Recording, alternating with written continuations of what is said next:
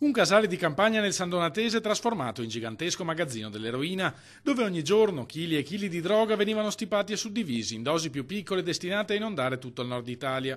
Il luogo era costantemente sorvegliato da guardie armate, al servizio della vasta organizzazione internazionale smantellata dall'operazione congiunta della Guardia di Finanza di Venezia e di Pisa.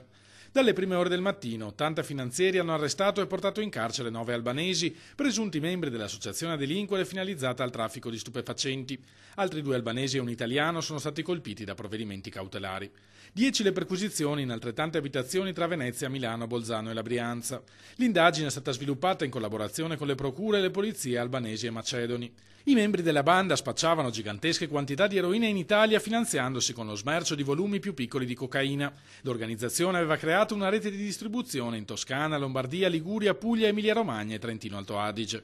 La droga giungeva dall'estero a bordo di autovetture munite di doppi fondi, con alla guida persone insospettabili in precarie condizioni economiche. 11 corrieri individuati e arrestati mentre la trasportavano.